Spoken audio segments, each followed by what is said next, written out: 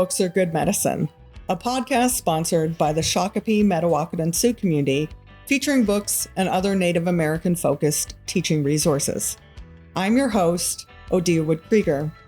For today's Author Talk episode, I'm on location at Open Book in Minneapolis to speak with Chris Latreille. Chris is a Métis storyteller and Montana Poet Laureate. He has written 2 poetry and essay books and recently released his 3rd book, The Coming Little Shell, A Landless Indian's Journey Home. This new book explores Chris's life, family, and search for his Indigenous heritage. It also chronicles Indigenous people in Montana and the Little Shell tribe. If you're familiar with Chris's work, you know he brings a lot of candor and heart to his writing and conversations.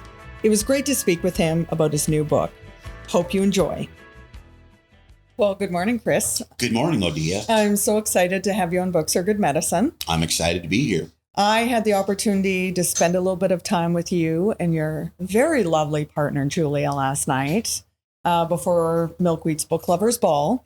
And we got to chat a little bit, but I would love if you could tell our listeners a little bit about who you are and your life in Montana. Sure. Boozhoo, Indinaway Muganadug, Chris Kosh, and Nikishin. That is hello, all of my relatives. You can call me Chris. I grew up in western Montana in a little town called Frenchtown, which is a little bit west of Missoula, which is one of our teeming metropolises that we have in Montana. I'm the current Montana State Poet Laureate, which a post I will have until August of 2025. It began in August of 2023, so it's a 2-year thing. My 3rd book, Coming Little Shell, has just been published a couple months ago by Milkweed, right in this building where we're recording right now. My husband and I we still have a mountain bike company. Okay. Our home base for that company used to be in Columbia Falls. And I love Montana. Beautiful place, but it is somewhat polarizing there. How does it feel to be the poet laureate? Like, do you feel well accepted as an Indigenous man in a very, I would say, changing landscape, political landscape, social landscape that is Montana? Yeah, it has changed remarkably just in the last 10 years. So, we were always what you would call purple. I hate the colors, but, we were very pragmatic. We had a Democratic governor for 20 years, subsequent administrations. And we, like Senator John Tester has been one of our senators since 2006. He's been great for the state, yet he's like on the brink of losing this election. It's just totally... To a Minnesotan. Yeah. Weirdly enough, to a Minnesotan. Yeah, it's just totally changed. The political landscape has totally changed. We've had a supermajority at our state government level, which means that there's enough Republicans to vote no matter what happens to just, override whatever. So it's disheartening to see that because it's a character that is not what Montana has been for the entirety of my life. I haven't lived there my whole life. When I graduated high school, I left for a while, then came back and then left for a while again. And then, but do you ever leave Montana? No, not here, not in the heart. So yeah, it's difficult. As poet laureate, I've been very well accepted. Fantastic. One thing, like when it comes to Little Shell and our federal recognition, which we may talk about, I don't know, we had the support of both the Republicans and the Democrats for one very good reason. The native vote can swing elections in Montana. We don't have so many people that, a few thousand Indians voting make a big difference, which is part of why we get the support from all of our politicians and also why the state government is doing everything they can to make it more difficult for us to vote. Because if we don't vote, because we, like the Blackfeet Reservation, per capita is the most progressive voting block in the whole state. Everybody thinks about Missoula and Bozeman, but the reality is it's the Indians who are electing these Democrats. So yeah, there's a reason that we get support. And I think, being Indigenous helped make me the choice for poet laureate. I'm not the best poet in Montana. Certainly I might be the loudest one and the most willing to go out and just live on the road and talk to kids and do the things I do. So it's not just about the poetry. It's just about the willingness to go out and, preach the gospel, I guess. And I've been very well accepted, even in weird little towns in central Montana or in eastern Montana, which it's just deeply read. I feel I've been pretty well accepted. That makes me really happy. Yeah. Because I was worried. I was like, oh, are they as accepting as I think they should be? Right. Yeah. Not that my opinion matters, but I'm always like, I want great people to be supported in places. I've been very happy. I've been very well received. My book tour when Becoming Little Shell came out, there were over 100 people everywhere I went, and I never expected that. Even Billings, where I'd never been particularly popular. Are we going to talk crap about Billings? Oh, we can. I can now though, because they showed up. I like, every town, even on my way back, I'm doing an event for the second time, an event in Miles City, Montana, which Miles City is named after Nelson Miles, who was literally the guy who burned the Métis people off the Milk River twice. He was our ultimate nemesis. He's known for, capturing the Nez Perce, and he's known for capturing Geronimo and all of these things. And here I'm going into this town named after him that's in the middle of Custer County. Well, we all know who's that county's named after. So there's all of that, reality that as Indigenous people, you exist in a world where everything is named after these people who are horrible, at least as far as we're concerned. And it's kind of like that here in Minneapolis too. Like you were talking last night about the event last night, we're standing here on this place that not that long ago, people were rounded up into a concentration camp and then removed entirely. And we were sitting on that land. And it's still illegal for Dakota people to live in the state. Although the law isn't followed, yes. it's still in the law books. Just like in Montana, it's still death by hanging is how you kill your prisoners, and they keep it on the books as like a cultural thing. But what kind of culture is that? I think any group of 3 natives in Minnesota is considered a war party. So who are we taking down? Right. Who are we going to go get? I know. And I was like, oh, okay, sweet.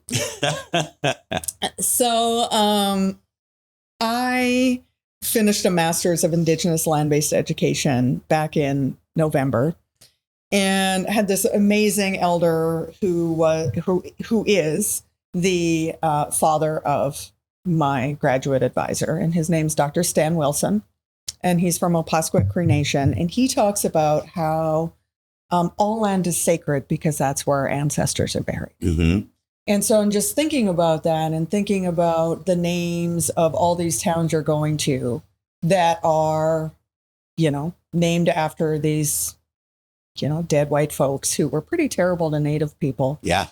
It was really powerful for me to read about sort of your reclaiming of your space in Montana and figuring out where your roots were, mm-hmm. and how those roots were going to help build your future. Mm-hmm. I was wondering if you could talk a little bit about that process and your struggle with land as you see it. I grew up, I was pretty solitary, as a kid, growing up in the 70s, and we didn't live like in a neighborhood. We lived out in the field, and there wasn't anybody nearby. So, my childhood, I spent a lot of time by myself on the land. And the things that I was interested in, I read a lot of comic books, a lot of J.R.R. Tolkien, Chronicles of Narnia, all the Conan the Barbarian books. These were all like books and stories that the land was almost a character in. Like when you read The Lord of the Rings, you're connecting to the mines of Moria, and you're connecting to Mirkwood and the forest where all the elves are, and the mountains. They are characters within the story, and the story would not be what it is without the land. And I think that is an understanding that a lot of people have without really necessarily being able to recognize it until it's articulated for them. And then they see their own connection to the land. So as Indigenous people, yes. And that is why I identify as Anishinaabe, because in Anishinaabe worldview, we believe everybody is Anishinaabe. So even though my mother is European, Czech and Dane, I can be Anishinaabe, and it incorporates her cultural heritage into mine. But as an Anishinaabe person, it is this land that I'm connected to. So, I have this profound love of where I live in Western Montana.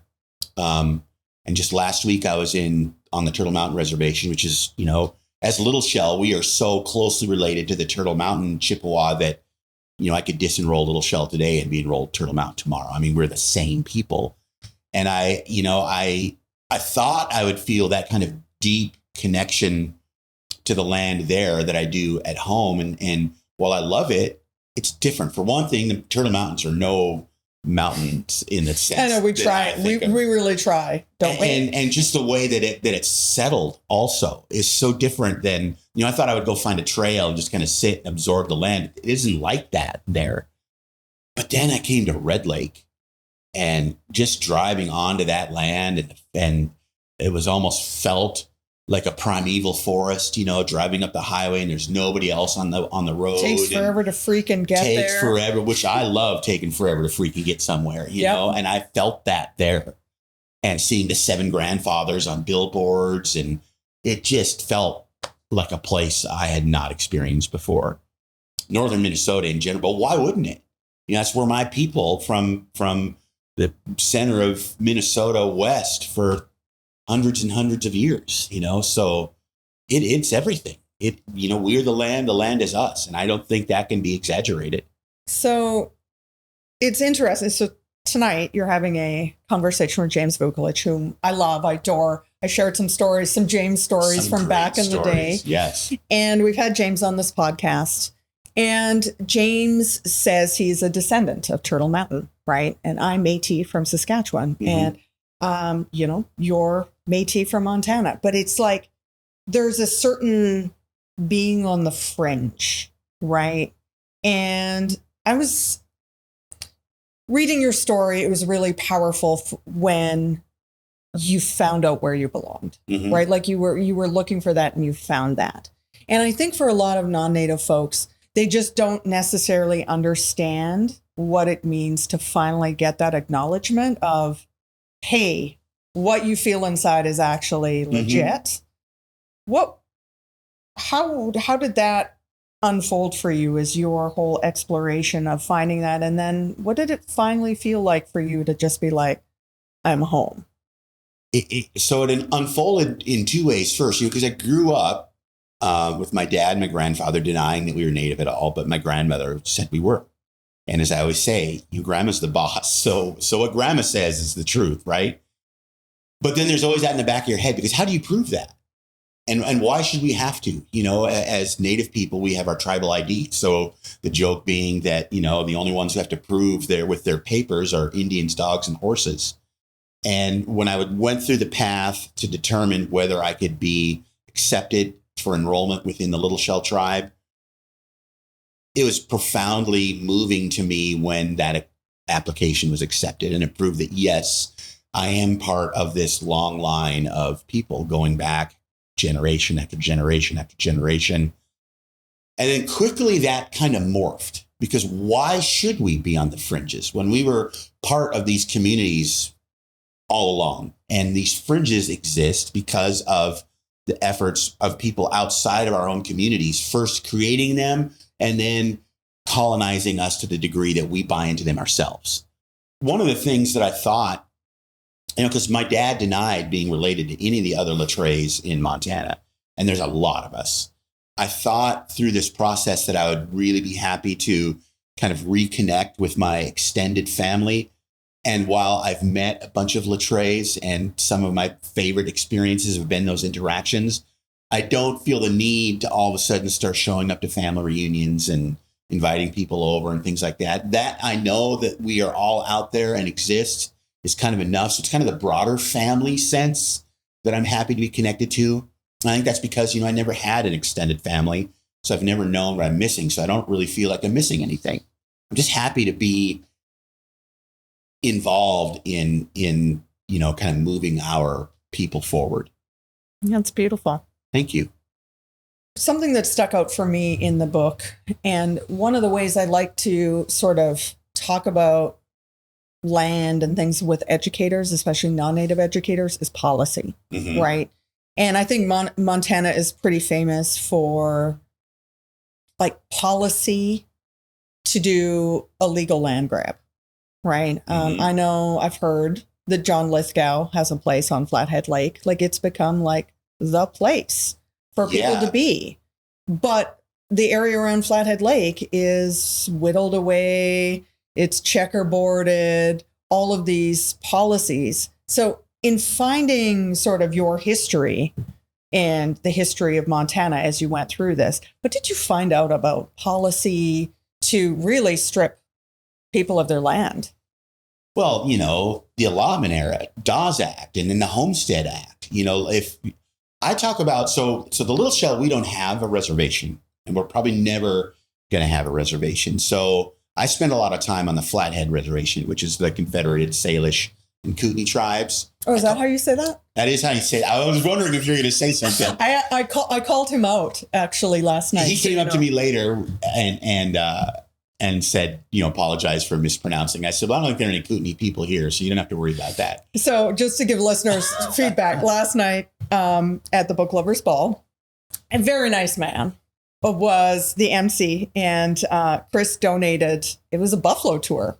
Pretty cool on traditional lands. 2 of them. And this gentleman was not prepped on how to say Kootenai, and every time he just butchered it. I was like, Kootenai in the audience, and everyone around heard me and kind of turned and laughed, and he'd say it again. I'm like, Kootenai. And so and I called him out for it. And I was like, yeah, maybe you want to say something. So I love that Sean went over to say to you, I did my best. He did his best. It was great. Yeah, I accused him of having the emphasis in the wrong syllable. So anyway, I digress. So I don't even remember what we were talking about before. You were talking about you spend most of your time on the Flathead Res. I call it my step reservation. Oh, that's cool. Because that's where I go, in where I've taught kids for the Missoula Writing Collaborative, taught them poetry. The bison range is there, and that's the trip that Milkweed auctioned off for a fundraiser. I love it up there, and it must be so beautiful. Yeah, and I tell people that it's like the place I go the most often to kind of reconnect to the land is this place just outside of Missoula called Council Grove, and it's a little primitive state park, which means there's no amenities. You can't camp there, all these things.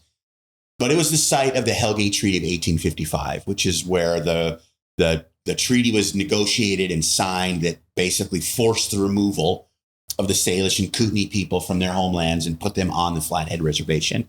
And I tell people that if you study that one interaction that created that reservation and everything before and after it, you can just study that one and you learn everything there is to know about how awful policy as it relates to the federal government and Indian people, how that plays out and how criminal it is, literally criminal. And so that reservation, they were moved there and they rebuilt a thriving community there, and they had their own free ranging buffalo herd, the whole bit. And then the feds came in again and took everything away. And then they chopped that land up into allotments, and then they allowed homesteaders. And you can see this. I have these maps that a friend of mine gave me that show all the native land at the time of the founding of the reservation, and then the Dawes Act, and then the Homestead Act. And it just gets chopped into this checkerboard of land, not even owned by Indians. And it's like that now, to where there's 8 or 10 times as many white people living on the reservation as there are native people.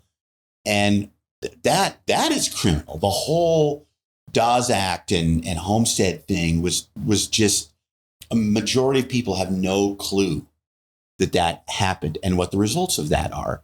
Just from generational wealth as generated by owning the place you live on. And whether we should own land or not is a totally different discussion, and I have strong feelings about that. But also, how many kids get an opportunity to go to school because their parents are living on land that was handed down to them for a couple of generations? What opportunity do you have from the moment you pop out of your mother that these other people never, ever achieve? And that just stacks up year after year. And it's horrific, I think, what that theft of place and connection to where your ancestors have lived for hundreds and hundreds of years, that can't be underestimated or overestimated, I guess. I don't know. I always sort of chuckle, for lack of a better word, when people are like, well, why don't they buy their land back? Or, why don't they fix that? Right. And so Flathead area is, like I said, John Lithgow, a bunch of other celebrities have all purchased land there. Like, it is unattainable for the average person. And I think we could agree that most Indigenous folks aren't even at the average of what we would need in order to get there. But so super beautiful area that's also unattainable for the very people whose ancestors are buried there. Montana and Idaho are the most expensive places in the country right now to buy a home. And that is because of the influx post-COVID of people from other places with a lot more money. You can say it. Where are they from? Well, I like to rip on Texas. Oh, okay. Most people rip on California. Yeah. Which I get that. Well, we've been kicking California for a while. Texas deserves it. They do. They do. But yeah, just people from other places. So do you know Shelley Fayant? I don't. So she was the former chairman of the CSKT. Okay. And now she's running for Congress. Great. And Fayant is one of those last names that exists on practically every reservation. It's a Métis name. She was chairman at the time that COVID was happening. And, she was telling me how they were, sight unseen, land was getting bought up. And they ultimately had to close access to, like the lakes and things there. You had to show your tribal ID to get there. They had checkpoints because so many people were coming from other places and like camping out in these places that their own people couldn't access, because there were so many people from outside the reservation coming there. And that was just the beginning of this wave of people buying property, just snatching it up. And that just raised the prices. And, now native or white, if you are a long time resident of Montana, you can't afford to live there. And that's a crisis. And our houseless population is just exploding. Not just people coming from other places, but our own, like outside of Bozeman, there's miles and miles of RVs parked along certain roadsides, because those are people who have careers there, but can't. It's like $1 million for a house is the average price. And what kind of world is that? Right. My brother-in-law and sister-in-law live there, and Ryan is my youngest brother-in-law, and he went to college. Right. And the joke was my in-laws were like, maybe we should get him a condo or something. And they're like, he won't stay out there. And so joke was on them because he stayed out there ever since. But he was in a very modest, there was like a partial basement, but it was a 1-story. That house was, valued at over $1 million. Yeah. And I was like, oh my God, how does the average person ever live there? Yeah. And I've heard it's even crazier now because everybody's watching Yellowstone. And so now, heck, I want to move to Bozeman because I saw it's cool on Yellowstone. Right. Yeah. If I wasn't in the situation I'm in now, prior to all of this, I wouldn't be able to live there. I wouldn't be able to be a professional writer. I do okay, but I don't make nearly enough money to be able to afford to live in Missoula if I was just now arriving. Not even close. I'd be in Omaha, Nebraska or something like that. Omaha's getting, it's pretty cool. A lot of people like to, trash Nebraska. Omaha's pretty cool. I'm not saying it isn't, but where's the mountain? Right. That is true.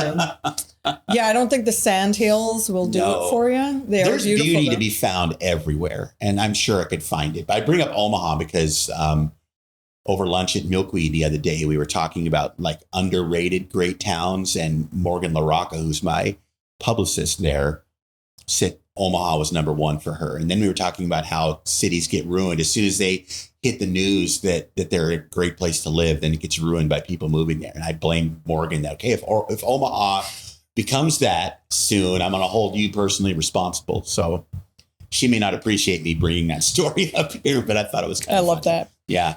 One of the things I have long admired as an educator is that Montana had Indigenous education for all since like 97. Like it was unheard of. Well, it was written into our into our Constitution in 72 or 73. But then there was one little clause that made it unenforceable. So then it wasn't until the 90s that it became more enforceable. But yeah, we're ahead of our time.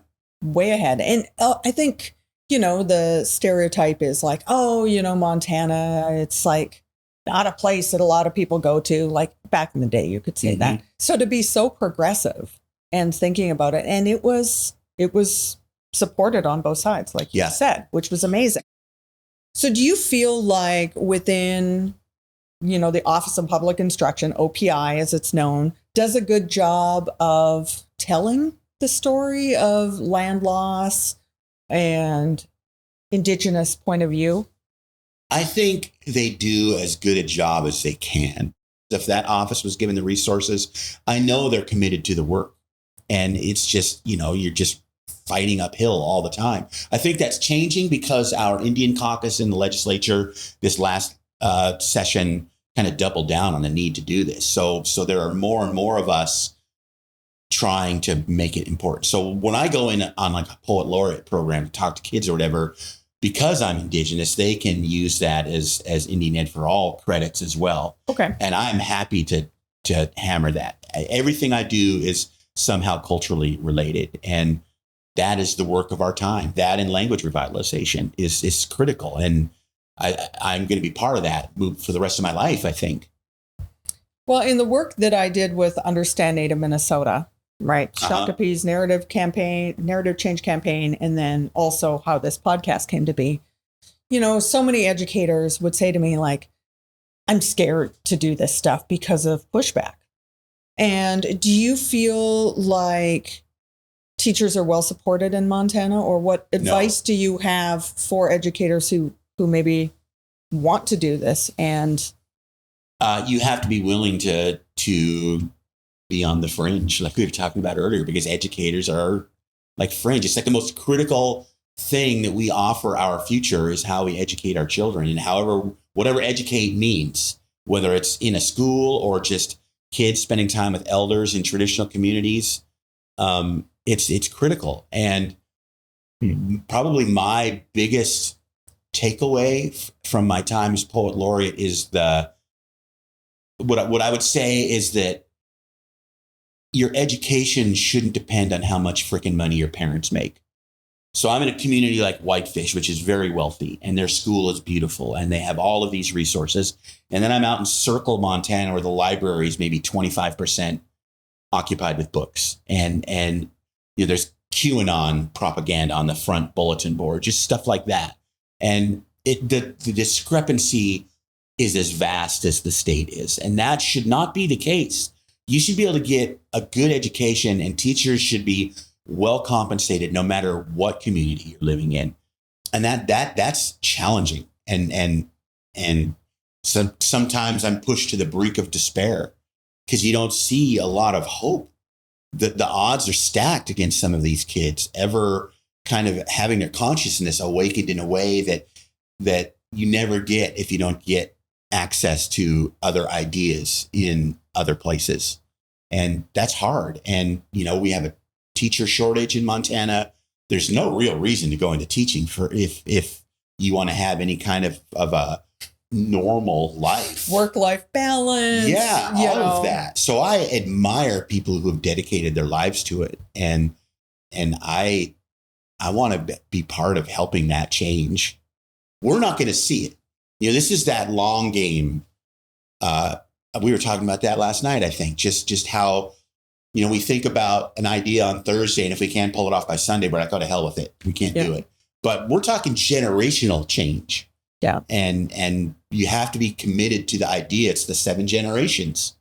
And you have to be committed to the idea of the decisions we're making now, what those realities in the future will be based on what we're doing now. So your book has a bunch of themes, right? Identity, land, Indigenous issues, all sorts of things. How would you envision teachers using this in classroom? Because it's a great book, and I think they should. Have you thought about that as a non-educator? Well, non-traditional educator, I guess.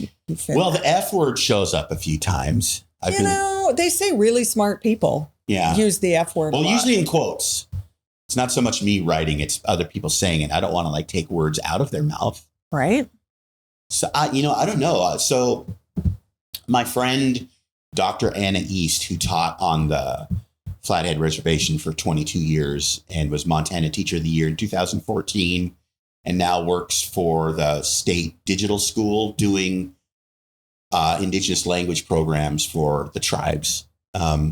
She and I put together an 8-part history of the Little Shell for OPI for middle schoolers. And I feel like my book kind of ties into that because a lot of what we decided would be in that was related because of what I'd learned while writing that book. So I think, almost every chapter has a theme related to it that someone who is more, kind of dialed into what teachers need to see in order to make their units than me. I just throw information out there. And I tell the story one time where when we were working on it, we had this list of these different, we had 8, and Anna was going out of town for something. I said, well, I'll show her. I'm going to do 2 of these while she's gone, and had her send me an example of one that she'd done. And just looking at it, it was, yeah, you have a doctorate in education. I'm just some rube. There's no freaking way I can do this on my own. So it's a collaboration. Yeah. And I think that, I would be happy to collaborate with, Anna and I have talked about doing a classroom thing for this together. And if you did one here, like we were talking about last night, I would happily work in collaboration to help make that look like it should. I'm not the one who can say it. I would love people to use it, but it's not what I know how to do. Well, I think what's super powerful about your book is so many teachers are just like, I'm scared of saying the wrong thing or misrepresenting. Yeah, we had that in Montana. You're very frank in your book. And so you're not shy about sharing your opinions, which is really great. Mm-hmm. And I think that will be helpful for teachers to, understand your voice and be able to, yes, take that and represent you in a way that is powerful and meaningful in the classroom. Yeah, we had that, like I mentioned, this last session where the legislature kind of doubled down on IEFA, Indian for All, and there were teachers calling OPI and saying, am I going to get in trouble for teaching critical race theory? Because there's also a mandate that you can't teach critical race theory in Montana. Of course there is. Of course there is, but nobody even knows what that is, and nobody's even teaching it. They feel like true history is critical race theory. And yeah, I, on the one hand, I'm saying, yeah, you are living on the land that my people hunted on, and you have all of these privileges based on that. That's just a reality. It's also the reality that we're stuck here together now. We need to come to terms with that reality and figure out a way to move forward together, because no one's going anywhere. I'm not going anywhere. And presumably you're not going anywhere. So I'm not trying to make anybody feel guilty. We're happy to make people in other parts of the world feel guilty about what they did. Yet we created the blueprint for oppressing people all over the world. That is a fact. And I am not shy about that. Now, when I go in and talk to kids, I don't pull those punches then either. We had a great discussion in a gymnasium full of 5th through 12th graders in Culbertson on Indigenous Peoples Day, just 2 weeks ago, as we're recording this or whenever that was. And it was a good conversation where kids were saying, well, what about, Italians and honoring them through honoring Columbus? I said, well, there's better people to honor than a genocidal maniac. Who never made it. Who never made it here anyway. Yeah. And then that brings the question, well, if you really want to go into being Italian, you can go to Italy, right? And I posed the question, well, where can we go as Indigenous people? And a very earnest girl who was probably a 6th or 7th grader said, you can go back to your reservations. And it's like a gut punch, but that's the kind of ignorance that's not willful or mean. And there's a difference between the two. And I encounter both, more the former than the latter. And I just had to explain to her, yes, but in a lot of cases, well, in pretty much all cases, our reservations no longer are a place where the language flourishes. And in many cases, it's not even the land where we began, where our ancestors are buried anyway. So it's an opportunity to talk about those things. And it usually goes very well. Every now and then there's a teacher in the crowd who's got a red face or whatever, but fixing their tie, adjusting uncomfortably. Yeah. I wish that I could speak to you all morning because you are just so fascinating, and there's so many things that we could jump into. But I do have one final question for you, and I need you to hold your hand like this so the camera can see it. How many folks know what that means? Not many. Not many? What's funny is some people think it's related to Hill 57 in Great Falls. Oh, okay. Because it's got a 5-7 in it. Yeah. So number 574, when the Little Shell tribe received our federal recognition in December of 2019, we were the 574th tribe to receive such recognition. So as I somewhat flippantly tell the story, we got that recognition on a Thursday, and by Monday I had the numbers tattooed on my knuckles, just as something that so I would never forget. It's like when I'm doing talks, a lot of times a date or a name or an idea will begin here, and by the time it gets here, it's gone. And so I didn't ever want to stumble over what our number was as far as federal recognition is concerned. And so it fit nicely across my knuckles. And it's a good conversation piece when people ask. I also feel like it's kinder than some other gestures you might want to give people sometimes. Yes, you're true. You're right. All right. Well, thank you so much, Chris. Thank you. What a fun way to spend the morning. Thank you. We hope you enjoyed today's episode. Check out our show notes to learn how to enter for a chance to win one of 5 signed copies of Chris's book. Thank you for joining us for this episode of Books Are Good Medicine. Subscribe to our channel on Apple Podcasts or Spotify. You can also visit our website, booksaregoodmedicine.com, to find episodes and resources or to send us a comment. This podcast is sponsored by the Shakopee Metawakan Sioux community and produced by Goff Public. Our theme music is Stomp Dance by Blue Dog. The opinions expressed on the Books Are Good Medicine podcast by its co-hosts and guests are their own in their personal capacities and do not necessarily reflect the views of any organization with whom they are affiliated or of the podcast sponsor.